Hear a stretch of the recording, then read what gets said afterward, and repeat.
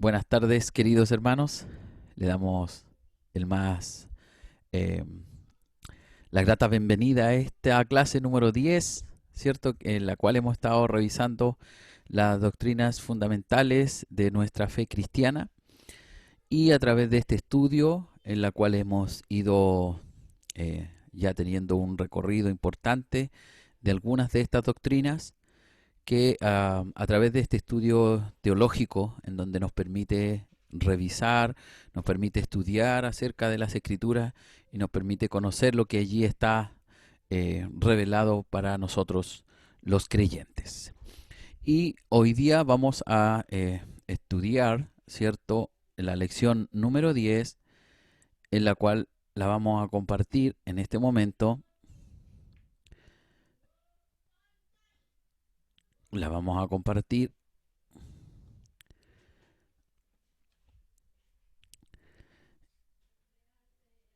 La lección número 10, ¿cierto? Que nos va a hablar acerca de la resurrección de Cristo y la ascensión. Hoy día vamos a ver, ¿cierto?, algunas cuestiones fundamentales respecto de la resurrección, algunos alcances, ¿cierto? Vamos a ver su naturaleza, vamos a ver eh, acerca de la ascensión, cuáles son las doctrinas que están involucradas, ¿cierto? Y el valor que ésta tiene para nuestra vida. Así que vamos a comenzar, ya habiendo orado, habiendo dado gracias al Señor. Entonces comenzamos acerca de la resurrección de Cristo. Y vamos a ir viendo lo que la Escritura nos va diciendo, nos va hablando acerca de la resurrección del Señor.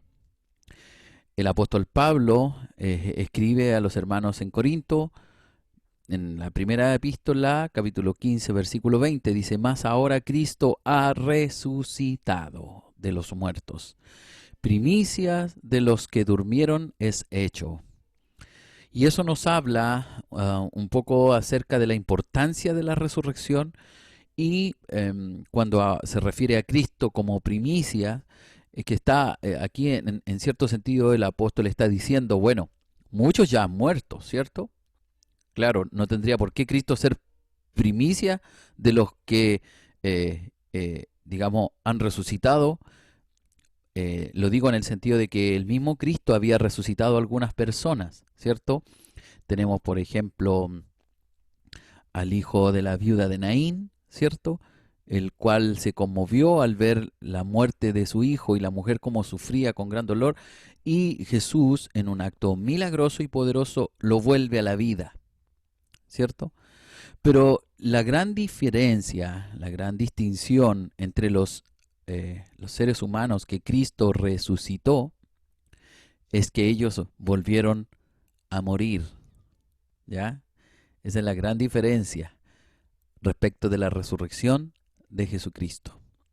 Y por eso el apóstol escribe: «Más ahora Cristo ha resucitado de los muertos, primicia de los que durmieron es hecho». Eso quiere decir que el Señor es el primero, ¿ya? Es el primero que ha vuelto de la muerte, por decir así, para vivir eternamente. Bueno, nosotros sabemos que como doctrina fundamental, nuestro Señor tenía preexistencia antes de encarnarse, ¿cierto? Antes de venir a los hombres, Él ya existía eternamente, ¿cierto? Pero estaba hablando aquí, posterior a la encarnación de Cristo, esta resurrección, ¿cierto?, sería el primero en esto de mantener o anticipar, en cierta forma, a todos aquellos que en algún sentido morirán o van a dormir en Cristo. Entonces, Jesucristo sería la primicia, sería el primero, ¿ya? Ese es un poco el sentido del pasaje que el apóstol está hablando. Luego también le escribe a los hermanos en Colosenses, en 1:18, y dice: «Y Él es la cabeza del cuerpo, que es la iglesia, el que es el principio, el primogénito de entre los muertos, para que en todo tenga preeminencia». Y ahí vuelve a señalar el mismo principio.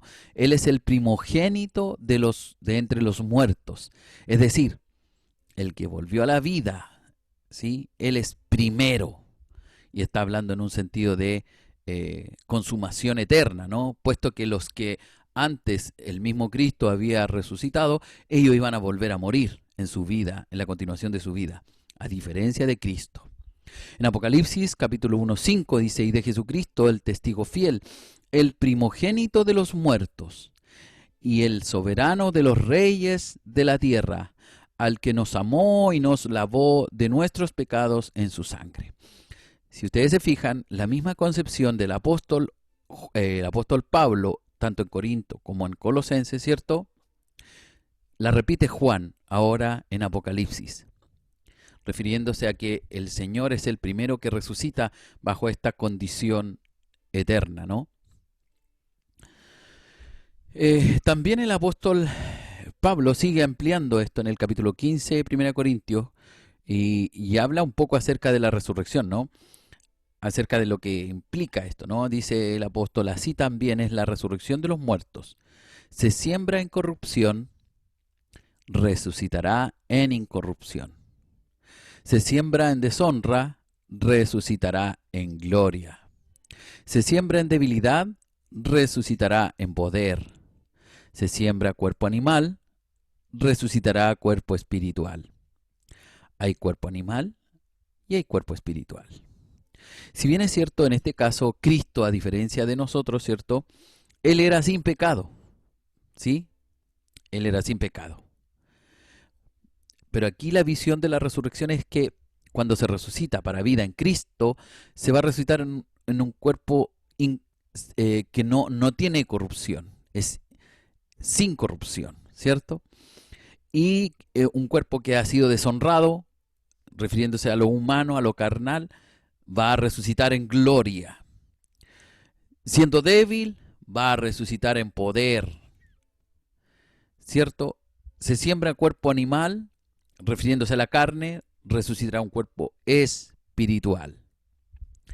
Así que en cierto sentido, la resurrección de Jesús es un poco como, o los escritores inspirados por el Espíritu Santo, de alguna manera también están vislumbrando en cómo será, y lo que aquí plantea el apóstol, la vida espiritual futura de los que hemos creído en Cristo.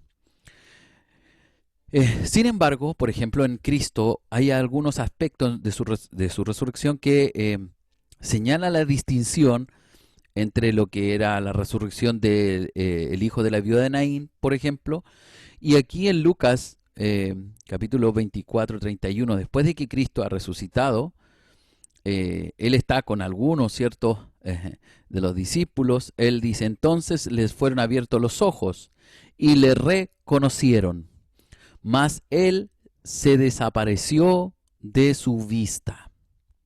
Interesante, él se desapareció de su vista. Interesante. Eso nos habla de que el cuerpo que Cristo recibió después de la resurrección aparentemente tiene características distintas, ¿sí? Hubo un paso allí, hubo una transición. Vamos a ver lo que dice el mismo Lucas 24, 36. Dice, mas ellos aún hablaban de estas cosas. Jesús se puso en medio de ellos y les dijo, para que no tuvieran miedo, paz a vosotros. Jesús se puso en medio de ellos. Eso nos habla de que ahí hay una característica sobrenatural. Lo mismo que desaparecer de la vista de ellos, ahora aparece en medio de ellos. Es algo que va a caracterizar, ¿cierto?, este cuerpo maravilloso resucitado que el Señor, de alguna manera, en la resurrección ejecutó y que nos queda a nosotros como evidencia de el gran poder de Dios y eso que a nosotros también, en cierto modo, va a bendecir o ya nos ha bendecido el día que nosotros aceptamos al Señor. Vamos a ver respecto de la naturaleza de la resurrección tres cosas fundamentales que están relacionadas entre sí. Primero, no fue solo un volver a la vida. Y ahí tenemos el paralelo con el hijo de la viuda de Naín y a otros que el Señor resucitó, ¿cierto? ¿Por qué? porque ese volver a la vida habría sido solo una- un, un milagro, ¿cierto? Que el Señor pudo ejecutar, pero sin embargo estas personas volvieron a morir, como ya lo mencioné anteriormente, ¿sí? Pero mire lo que el mismo Lucas 24:39 va a decir respecto del Señor, porque alguien podría decir, pero mira, dice que aparece en medio y desaparece en medio. Entonces, ¿cómo es esta resurrección? ¿Cómo es en qué consiste esta resurrección? ¿Será que Jesús después solo era un fantasma? ¿O será que solo era un espíritu que se le aparecía a la gente? Pero claramente el Señor señala en Lucas 24:39 y dice, mirad mis manos y mis pies, que yo mismo soy, palpad y ved, porque un espíritu no tiene carne ni huesos, como veis que yo tengo. Eso nos habla, ¿cierto?, de que Jesús pasó por un cambio notable, una transformación en cuanto a su naturaleza, a su cuerpo, por decirlo así. Si bien es cierto, él padeció, sufrió, nosotros sabemos y estudiamos la clase anterior, ¿cierto? Eh, Respecto de la naturaleza de Cristo, tanto si es su naturaleza divina, ¿cierto?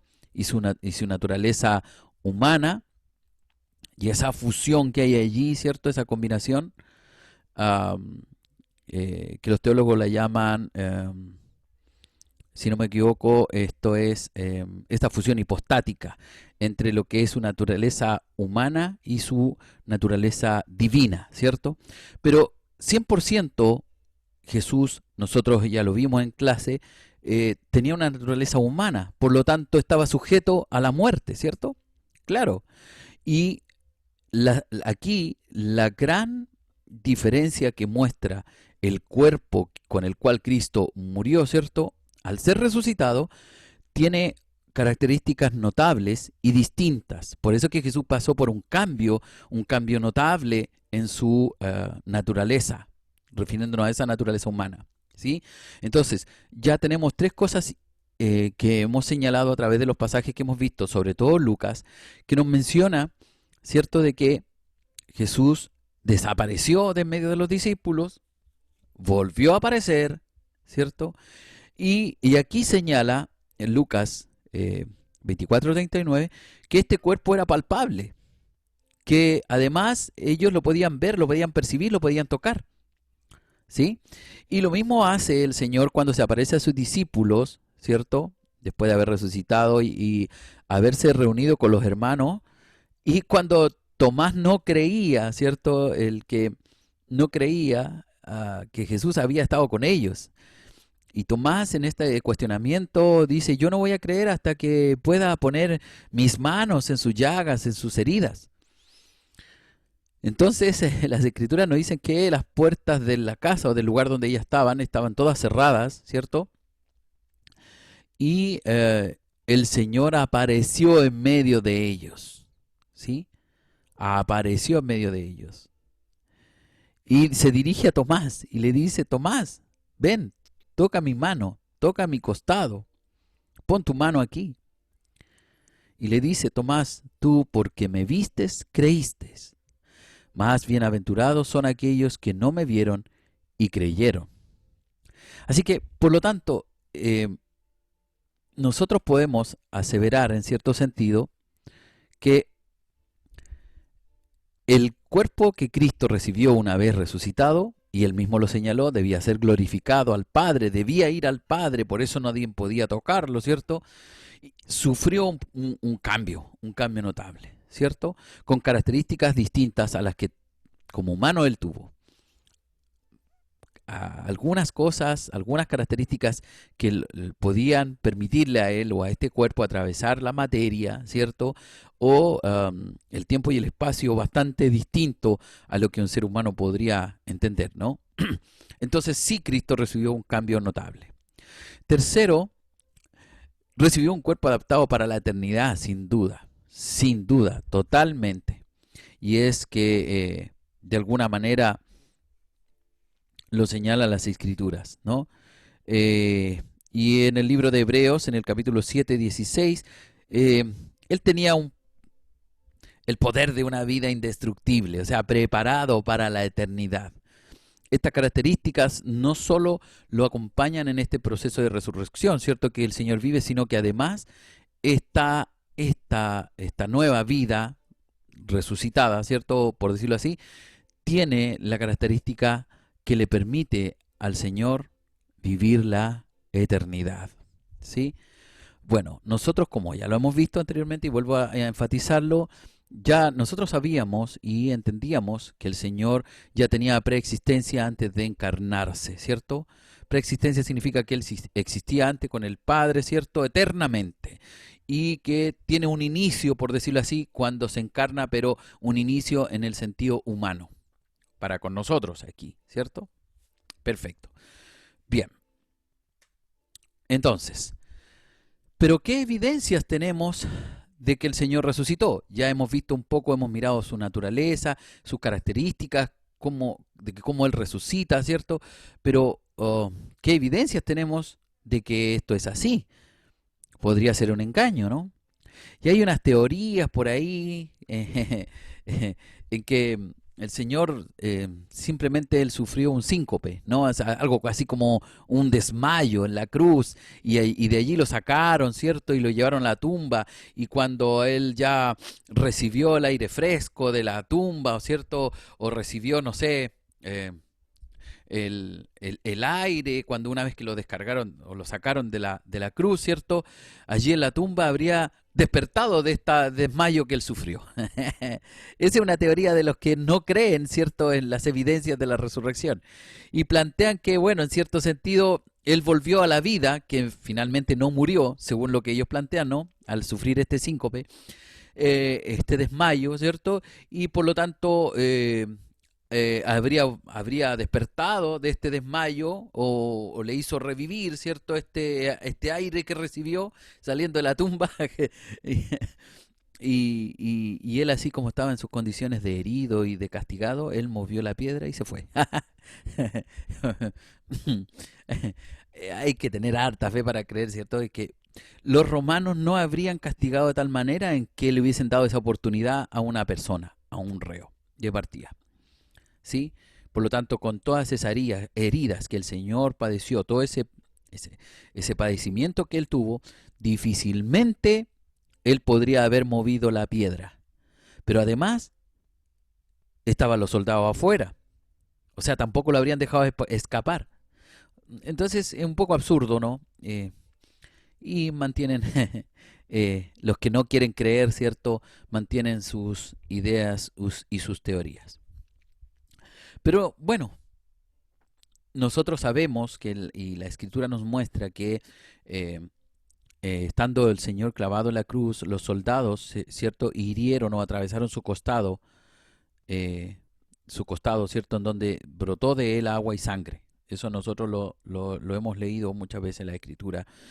Y es una evidencia concluyente, según los fisiólogos, de que él habría muerto, ¿sí? Porque es una evidencia de que el cuerpo ya había fallecido. Por lo tanto, el Señor estaba muerto, ¿sí? Y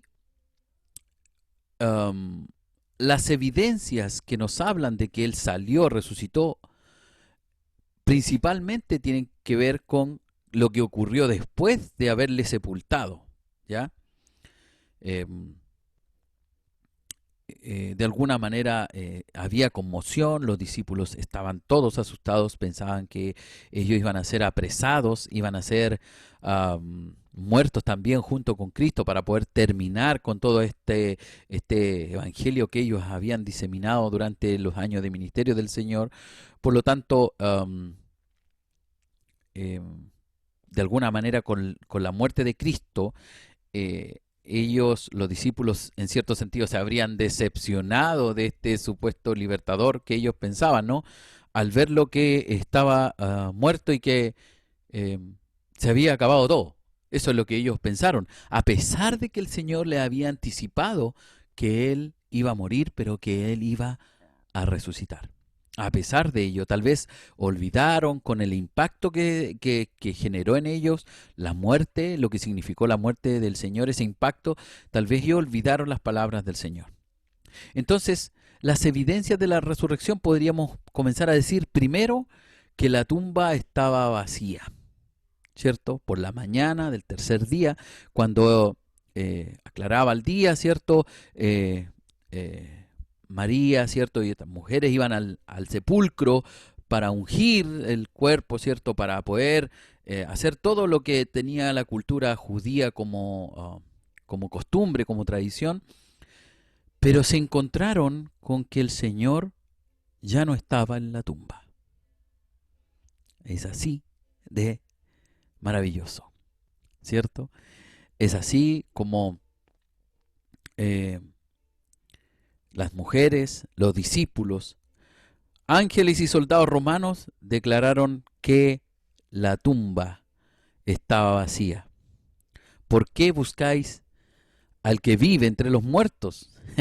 En cierto modo le dicen allí los jardineros, estos jardineros celestiales, ¿no? ¿Ah? Estos ángeles sí, que estaban allí y le dicen, ¿por qué buscan al que vive entre los muertos? Y al dirigirse a la tumba la encontraron vacía. Es una experiencia maravillosa para tanto para las mujeres como después llegaron los discípulos corriendo a ver el sepulcro y efectivamente la tumba estaba vacía. Es la impresión más maravillosa de aquellos que creyeron en cierto sentido eh, y, también hay una corriente que dicen que de alguna manera los discípulos habrían robado el cuerpo, ¿ya? Puesto que un poco lo que los fariseos le pagaron a los soldados que debían divulgar cuando ellos se dieron cuenta que la tumba estaba vacía, porque recuerden que ellos en algún momento se quedaron dormidos, ¿cierto? El Señor resucitó y los soldados al ver que la tumba se había abierto, la piedra estaba removida, ellos corrieron de inmediato a dar cuenta de que Jesús ya no estaba, ¿ya? Eh, entonces se plantean los escépticos de que Cristo habría resucitado, plantean diciendo que los discípulos, ellos robaron el cuerpo. Entonces, es un poco improbable, o sea, es tendría que darse muchas explicaciones para poder afirmar esta teoría, porque piensen ustedes, ellos ya estaban decepcionados, ellos ya habían dado por muerta la esperanza de Jesús como el libertador, ¿cierto? Ya que había sido crucificado. Entonces no tenían ni siquiera ni el valor, ni el valor, ni la sapiencia para poder inventar de que ellos, eh, de que en cierto sentido ellos habrían inventado todo esto de la fe cristiana al haber o afirmar algo de que ellos robaron el cuerpo y qué sé yo, lo dejaron por ahí en alguna parte para poder inventar todo esto que sería la fe cristiana. Además, todo el mundo estaba en contra, en cierto sentido, todo el mundo religioso y además los romanos, en contra de estos discípulos, como para haber inventado o creado todo esto. Es claramente obvio que el cuerpo no fue robado por ladrones. ¿Ah? ¿Por qué? Porque la escritura señalan que los lienzos estaban enrollados de tal forma como que la persona desapareció en medio de esta envoltura que le hacían a los cuerpos en la antigüedad. Eran prácticas que se hacían comúnmente, no era algo que iban a enrollarle a alguien y le iba a pasar la lienza por cualquier parte, no, era toda una práctica. ¿Mm? Entonces,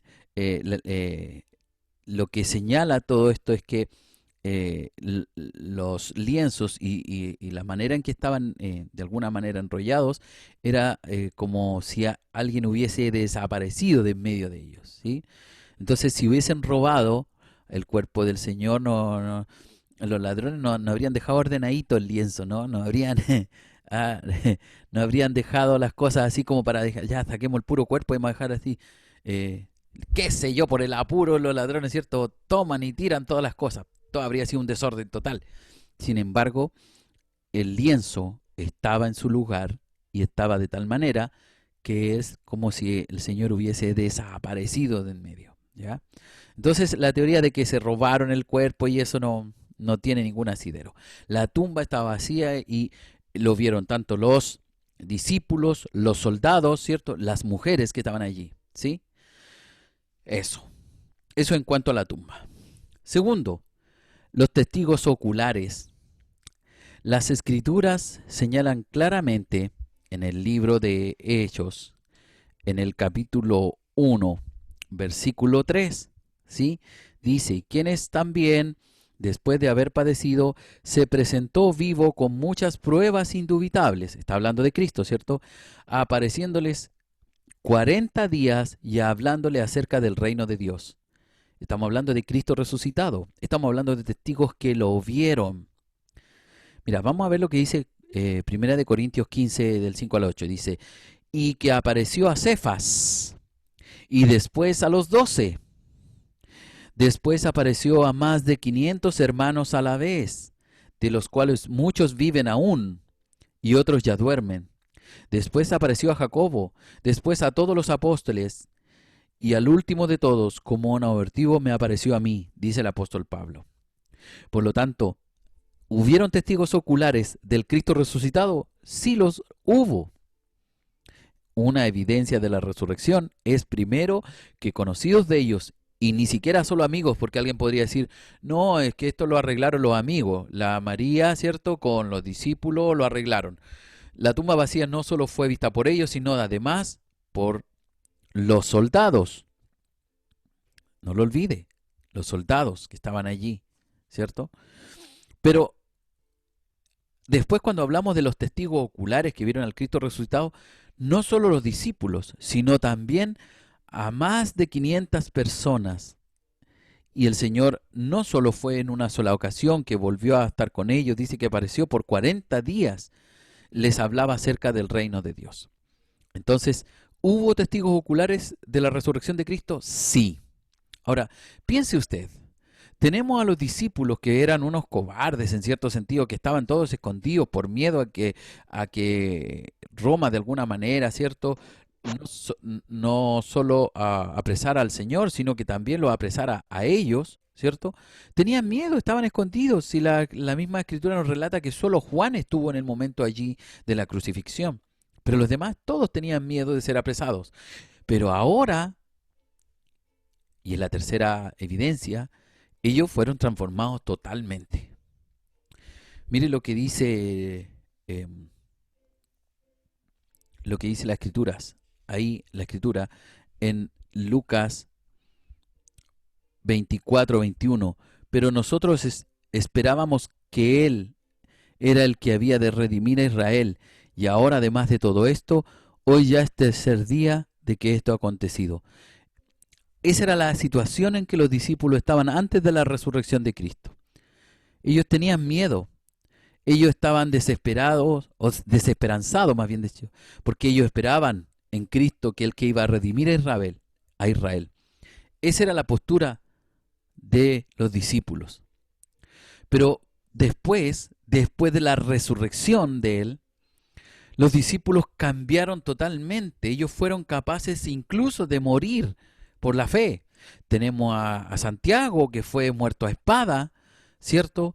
Tenemos al mismo Pedro, que fue crucificado, ¿cierto?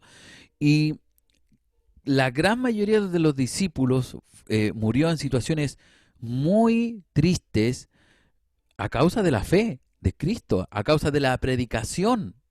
Entonces, dígame ¿usted cree que alguien iba a dar su vida por una mentira o por un engaño? Difícilmente, ¿no? Entonces, pero tenemos el antes y el después. En Lucas tenemos el antes, ¿cierto? Y después tenemos toda la tradición y la historia que nos habla de cómo los discípulos, el mismo Santiago dice la escritura, fue muerto a espada. Por lo tanto, hubo una transformación, ¿sí? Hubo un poder sobre ellos que les llevó a predicar la palabra y a predicar el mensaje de la resurrección. Por lo tanto, podemos decir que es una evidencia de la resurrección, puesto que sí, por supuesto que sí, porque de alguna manera capacitó, ¿cierto?, a los discípulos de una manera extraordinaria y sobrenatural.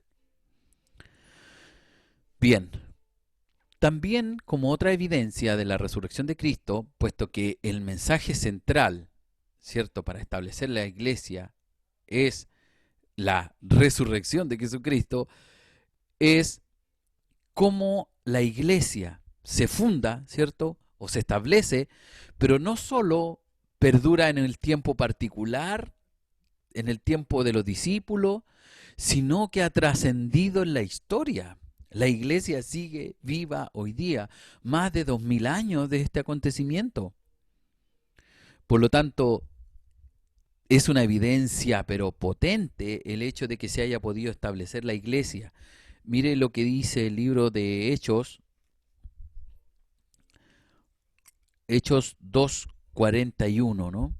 Sí, creo que ese es el versículo. Así que los que recibieron su palabra fueron bautizados y se añadieron aquel día como 3000 personas. Entonces empieza a fundarse, a formarse la iglesia. No olviden que uno de los primeros predicadores fue el apóstol Pedro, y fue él en quien de alguna manera estaría o recaería la responsabilidad de llevar al frente la iglesia, en cierto sentido, ¿no? Entonces,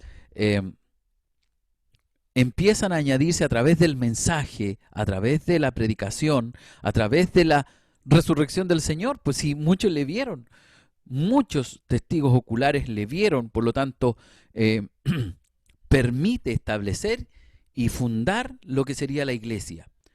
Pero no solo en la época del Señor, sino que ha trascendido en el tiempo. Por lo tanto, nos parece que es una evidencia bastante potente que aún la iglesia permanezca hasta nuestros días. Y por último, como evidencia de la resurrección, tenemos, ¿cierto?,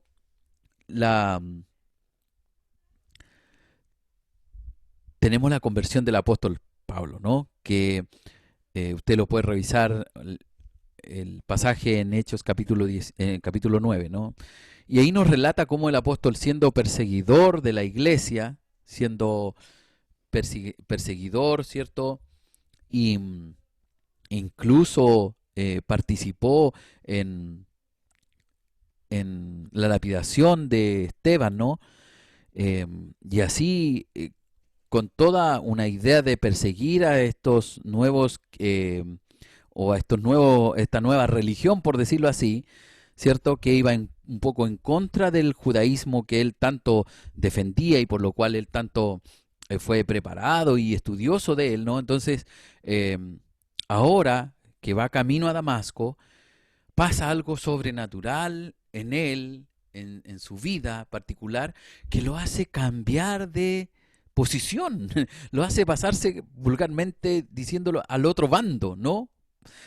Aquellos que afirmaban la ortodoxia del pueblo judío, ¿cierto? Ahora, este hombre acérrimo que incluso perseguía a los cristianos, ahora pasa a ser uno de ellos. Entonces, porque algo sobrenatural, algo maravilloso pasó, ¿sí? Entonces es allí, como otra evidencia de la resurrección de Cristo, es la conversión de este hombre tan importante para la iglesia, que luego se va a transformar en uno de los escritores que tiene más trascendencia en el Nuevo Testamento, ¿sí? Así que tenemos evidencias acerca de la resurrección del Señor, y estas evidencias van a fundamentar nuestra fe cristiana. Es súper importante es la doctrina fundamental, es la columna vertebral de la fe cristiana. Si Cristo no resucita, escúcheme bien, no tendríamos cristianismo. ¿Sí? Si Cristo no vuelve a la vida, no tendríamos cristianismo. La fe cristiana sería un mero cúmulo de enseñanzas, de ética y moral, pero no tendría ningún poder para salvar al hombre de sus pecados y no tendría ninguna trascendencia, sería solamente un acto humano. ¿Sí? Por lo tanto, debemos entender y conocer que este es el mensaje crucial de las Escrituras respecto de la salvación del hombre. Sin Cristo, sin la resurrección de Cristo, no habría cristianismo.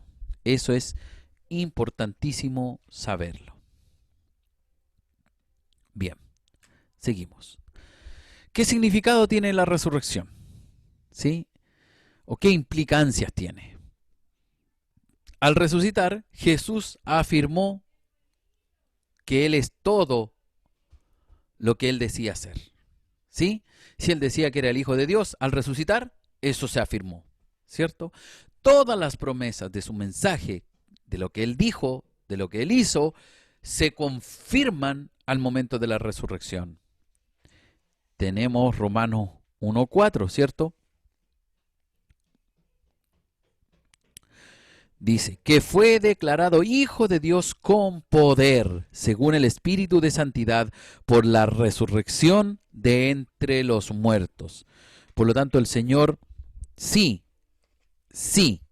afirma lo que Él es al resucitar de los muertos. Si no resucita, Él habría sido un demente, un loco que inventó toda esta idea, ¿cierto?, de resurrección y todas esas cosas.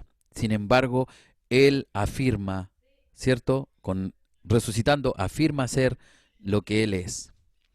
Segundo, tenemos claramente que la muerte fue destruida. Con la resurrección del Señor, ¿cierto?, la muerte es destruida. ¿Dónde está, oh muerte, tu aguijón? Dice la Escritura, ¿no? El enemigo del hombre, en cierto sentido, era la muerte, ¿cierto? Al estar destruida la muerte, entonces, el hombre ya no debe tener temor. Sin embargo, sigue siendo algo que causa mucho miedo, mucho temor al ser humano, la muerte.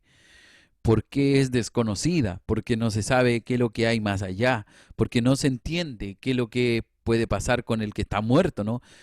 Nosotros lo vemos como la despedida y ir a dejarlo a un cementerio y allí debajo de tierra, ¿cierto?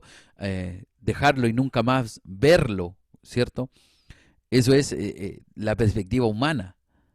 Pero aquí, con Cristo, al resucitar Él, significa que la muerte ha sido destruida. Ya no tiene poder sobre el hombre o el creyente. Sobre el Hijo de Dios no tiene poder. ¿Sí? Por lo tanto, debe ser también para nosotros una esperanza de paz, de tranquilidad respecto del momento de la muerte. ¿Sí? Entonces nos ayuda el Señor para poder aceptar y comprender esta enseñanza respecto de la resurrección del Cristo. Además, el que el Señor haya sido resucitado nos indica o significa que Dios, que su Padre Todopoderoso, había aceptado su obra expiatoria. Es decir, el pago por el pecado había sido aceptado. No olviden que el pecado debía ser pagado. La culpa del pecado debía ser pagada a través de un sacrificio expiatorio, ¿cierto? Un pago por la culpa. El que el Señor haya resucitado de la muerte significa que Dios ha aceptado la obra expiatoria de su Hijo, ¿sí? Y eso está en Primera de Corintios, capítulo 15, versículo 17. Y si Cristo no resucitó, vuestra fe es vana, aún estáis en vuestros pecados. Pero Romanos 4:25 dice, el cual fue entregado por nuestras transgresiones y resucitado para nuestra justificación. Eso quiere decir que el Señor, que el Dios Todopoderoso, aceptó esta ofrenda, la vida de Cristo, ¿cierto?, por nuestros pecados. Entonces fue acepta. Si Cristo no resucita, finalmente Dios de alguna manera no habría reconocido esa muerte. Pero al resucitar Cristo, al levantarlo de la muerte, significa que sí, el Padre ha aceptado esta ofrenda. Otro significado de la resurrección es que si Cristo resucitó, también habrá resurrección para los creyentes. Esto está en Primera de Corintios 15:20 al 23. Dice: Mas ahora Cristo ha resucitado de los muertos. Primicia de los que durmieron es hecho. Primicia, primero, porque por cuanto la muerte entró por un hombre, también por un hombre la resurrección de los muertos. Él es el primero.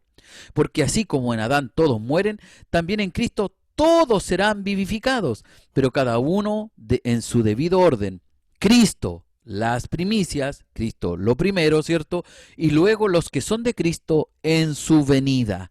Por lo tanto, ¿habrá resurrección para los creyentes? Habrá resurrección, porque Cristo fue el primero y nosotros vamos a precederle. Por lo tanto, se abre esta esperanza. Es la esperanza bienaventurada que anima al creyente. No es algo fantasioso. Por eso le decía inicialmente, o antes de esta diapositiva, yo le decía que la resurrección es la doctrina fundamental en la fe cristiana, porque estamos hablando de la vida después de la muerte, estamos hablando de la resurrección, así como el Señor ha resucitado, nosotros también resucitaremos con Él. Y eso nos habla de la vida con Cristo, la vida eterna. Amén. Bien, otra implicancia que tiene la resurrección del Señor es que tenemos un sumo sacerdote que intercede, un mediador que intercede ante el Padre por nosotros, ¿sí? Y eso está en Romanos 8:34, dice: ¿Quién es el que condenará? Cristo es el que murió, más aún, el que también resucitó y el que además está a la diestra de Dios, el que también intercede por nosotros. Él es nuestro sumo sacerdote. Recuerde que la función principal del sumo sacerdote era ser el mediador entre el pueblo y Dios, ¿sí? Ahora Cristo es nuestro sumo sacerdote que intercede día y noche por los suyos. Por lo tanto, no estamos solos. A veces nos sentimos afligidos en la vida, pero el Señor es nuestro sumo sacerdote que está allí intercediendo día y noche por los suyos. Por otro lado, otra implicancia es que hay poder en la vida de Jesús, hay poder en su resurrección que nos permite a los creyentes servirle, que nos motiva, que nos infunde aliento. Ese es el poder de la resurrección. ¿Por qué? Porque tenemos una esperanza. No es como vivir pensando en que mañana morimos y se acaba todo. Por eso la vida del creyente es distinta. Por eso debe tener otra concepción en nuestra cabeza, en nuestro intelecto. Porque la vida de un creyente no está perdida, aunque padezcamos la muerte humana, nuestra vida está en las manos de Dios. Es ella la que nos motiva, nos capacita para servirle al Señor, para honrarle. Y eso está en Romanos 6:4, usted lo puede revisar allí en las Escrituras. Porque somos sepultados juntamente con Él para muerte por el bautismo, a fin de como Cristo resucitó de los muertos por la gloria del Padre, así también nosotros andemos en vida nueva. ¿Sí? Se refiere a andar en vida nueva, a tener una nueva actitud para servir al Señor, para honrar su nombre. Y por último, otra implicancia respecto de la resurrección es que existe la certeza de que habrá un juicio futuro. ¿Sí? Según Hechos capítulo 17:31, todos vamos a comparecer ante el trono del Señor. Vamos a estar allí ante Él. ¿Habrá un juicio futuro? Sí. Por eso los que estamos en Cristo tenemos la seguridad de la salvación en Él. Tenemos la esperanza y la confianza en Él. Por lo tanto, así como Él ha resucitado, nosotros también vamos a resucitar juntamente con Él. Gloria a Dios. Y ese es el tema de la resurrección. Esa es la esperanza que los creyentes abrigamos en el Señor, que un día estaremos en su presencia viviendo eternamente. Como Él resucitó, nosotros también resucitaremos con Él el día en que el Señor nos llame. Así que si usted ha tenido pérdida de un ser querido que ha partido en el Señor, tenga la convicción que las Escrituras nos señalan y nos muestran, y cómo el Señor nos ha revelado acerca de que si hemos creído en Él, así como Él resucitó, nosotros también resucitaremos. ¿Que nuestro cuerpo va a tener características distintas? Sí, no va a ser igual a este. Va a estar capacitado para vivir la eternidad, ¿cierto? Tendrá características distintas respecto de la materia, respecto del tiempo y el espacio. Será muy diferente. Nos va a permitir vivir la eternidad. Esas son las características que tenía nuestro Señor con su cuerpo resucitado. Bien, pero Él, después de resucitado, dice la Escritura, y ya lo leímos, apareció por más de 40 días. Apareció para hablarle a los hermanos, para enseñarles. Uno de repente no se explica, por ejemplo, cómo es que en algunos pasajes los escritores hablan, inspirados por Dios, como como en tercera persona, ¿no? Eh, cómo ellos escriben en momentos en que solo está Jesús, cuando ora al Padre, ¿cierto? ¿Cómo va a saber el escritor lo que Jesús le dijo al Padre en su oración, por ejemplo? Y aquí tenemos un episodio que podría contestar esas preguntas. El Señor apareció por más de 40 días y estuvo con los discípulos. No sabemos lo que habló porque no hay registro.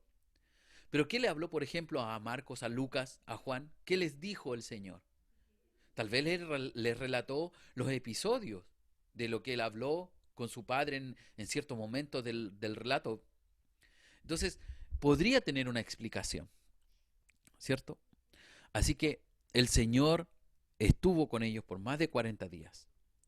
Pero llega el momento en que esos 40 días se terminan, ¿no? Y viene la ascensión. Cristo debe volver al Padre. Cristo debe volver al seno, al trono, junto a su Padre. Y esa es la llamada ascensión de Cristo. Llega el momento y el Señor se despide y le dice a sus hijos, a sus hermanos, a sus discípulos que están allí, que deben mantenerse, que deben perseverar. Y todas las enseñanzas que el Señor les dijo, que debían permanecer en ellas. Ahora, ¿cuáles son las doctrinas que están allí entrelazadas respecto en la ascensión? ¿Por qué el Señor tiene que irse? ¿Por qué Él tiene que irse? ¿Cuál es el motivo? ¿Cuál es la razón? ¿Por qué Él no se queda? ¿Por qué Él no sigue apareciendo después? ¿No? Y aquí nosotros entendemos que es el proceso de transición, ¿cierto? Para que pueda el Señor enviar a otro consolador. Y lo va a decir. Entonces podemos ver, primero, doctrina que está basada o fundamentada en la ascensión es que Cristo fue exaltado a la diestra de Dios Padre. ¿Sí? Cristo fue a sentarse al trono junto al Padre. Eso no significa que Él fue a sentarse y decir, pucha, voy a ir a descansar. No, no, es una figura que enseña que el Señor tiene dominio sobre todo. No olvide que en el libro de Filipenses, en el capítulo 2, ¿cierto? Usted va a revisar allí todo lo que implica la humillación y la exaltación de Cristo. Y en su exaltación dice que ante Él se doblará toda rodilla y toda lengua confesará que Jesucristo es el Señor, que Cristo es el Señor, que Jesús es el Señor, ¿cierto? Entonces, ¿qué quiere decir eso? Es una expresión no de que se va a ir a sentar a descansar, sino que nos indica respecto de su soberanía, que Él está por sobre todo, que tiene dominio por sobre todos los principados en el cielo y en la tierra, que Él es cabeza de la iglesia y el soberano del universo. Por eso es necesario que Él ascienda, es necesario que se complete el proceso de Cristo, la obra de Cristo, y Él es ascendido al cielo. Y allí las escrituras nos enseñan, ¿cierto? Usted lo puede ver, Efesios, en el libro de Efesios, capítulo 1, del 20 al 22, dice, en la cual operó en Cristo, resucitándole de los muertos y sentándole a su diestra en los lugares celestiales, sobre todo principado y autoridad, poder y señorío, sobre todo nombre que se nombra, no solo en este siglo, sino también en el venidero, y sometió todas las cosas bajo sus pies, y lo dio por cabeza sobre todas las cosas a la iglesia. ¿Se fija? Entonces, la exaltación de Cristo era necesaria que Él ascendiera. puesto que se cumplía y se completaba el proceso de la obra del Salvador. ¿Sí? Luego, ¿por qué es necesario que se vaya el Señor? Dice, y esto tiene que ver con la doctrina de que el Señor va a preparar un lugar para su pueblo, para los suyos. Y eso usted lo puede encontrar en Juan capítulo 14, versículo 2. Dice, en la casa de mi Padre muchas moradas hay. Si no fuera así, yo lo hubiera dicho. Voy pues a preparar lugar para vosotros. ¿Sí? Voy pues a preparar lugar para vosotros. Es necesario que Él vaya, que ascienda al cielo, a preparar un lugar para los suyos, porque Él quiere que donde Él esté, nosotros también estemos con Él. Esa es la promesa del Señor. Tiene que ir, ¿cierto?, a preparar lugar. Otra doctrina que está es la doctrina del mediador, ¿sí? Que Jesús es el sumo sacerdote, el mediador entre el Padre y los hombres. Romanos 8, 34 dice, Él es el que murió, también el que resucitó, el que además está a la diestra de Dios y el que también intercede por nosotros. ¿Sí? Entonces, allí tenemos esa doctrina que nos enseña que el Señor está constantemente intercediendo por los suyos, que no estamos solos, que tenemos abogado en Cristo, que Él aboga por usted y por nosotros. Ya no debemos sentirnos solos porque el Señor está allí bajo su cobertura y nuestra vida está de alguna manera al cuidado de Él. Por último, la doctrina fundamental del Espíritu Santo. Es necesario que me vaya. Les conviene que yo me vaya, por decirlo así. ¿Sí? Porque si no me fuera, el Consolador no vendría. Mas si me voy, o si me fuere, os lo enviaré. Y está hablando de enviar su Espíritu Santo, el Paracletos. Enviaré otro Consolador. ¿Sí? Entonces el Señor tenía que irse. Es necesario que me vaya. Les conviene que yo me vaya. Y es la promesa del Padre respecto del Espíritu Santo, que ha sido derramado en nosotros. Eso está también en Hechos 2:33, usted lo puede ver. Así que exaltado por la diestra de Dios y habiendo recibido del Padre la promesa del Espíritu Santo, ha derramado esto que vosotros veis y oís, a propósito del derramamiento del Espíritu Santo. Gloria a Dios. Entonces era necesario que el Señor fuera ascendido, era necesario. Era necesario que Él fuera, era necesario que Él fuera. ¿Para qué? Primero, para poder completar lo que corresponde a la exaltación de Cristo, ¿cierto? Para que Él tenga dominio y control sobre todas las cosas, su soberanía sea sobre todo lo creado, sobre todo lo que el Padre ha puesto bajo sus pies. Segundo, para preparar un lugar para los suyos, si es que la promesa de que donde Él esté, nosotros estaremos con Él. Tercero, que Él es nuestro sumo sacerdote que intercede, que media entre el Padre y nosotros, abogado tenemos en Cristo. Y por último, era necesario para que enviara al Espíritu Santo el Paracleto, que es el otro consolador, ¿cierto?, que vendrá a bendecir a su pueblo. Pero también, y para concluir, tenemos los valores de la ascensión. ¿Cuál es el valor? ¿Cuáles los valores prácticos respecto de esta doctrina de la ascensión? Primero, podemos decir que producirá en los creyentes una justa actitud hacia el mundo y sus cosas, todo lo que implica el mundo, ya que ellos tienen una ciudadanía celestial. Los creyentes, dice la Escritura, que nuestra ciudadanía es la ciudadanía celestial. Usted lo puede revisar en Filipenses 3:20.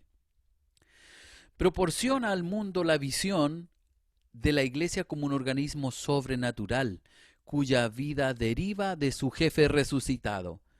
No solamente como una organización de beneficencia o de ayuda a los pobres, a los necesitados. No, la iglesia no es solo un apoyo social. La iglesia es un organismo vivo y que recibe vida y que le es impartida vida por medio del Espíritu Santo, ¿cierto? Pero a través del jefe que ha resucitado. Su jefe ha resucitado. Por lo tanto, no podemos apartar de la iglesia el aspecto sobrenatural, ¿ya? Eso es súper importante, ¿sí? La iglesia es un organismo vivo, no solamente un ente social, ¿ya? No hay que olvidar ese punto. Bien, también tenemos que la conciencia del Cristo ascendido debe motivarnos a nosotros los creyentes a una vida en santidad. ¿Sí? Usted lo puede revisar eso en Colosenses 1, 3 al 4. Y eso nos habla acerca de que nuestra vida debe andar en santidad, que nuestra vida debe tener otra forma de vivir, otra manera de vivir. No puede ser la misma que antes. No puede ser la misma. Lo que dice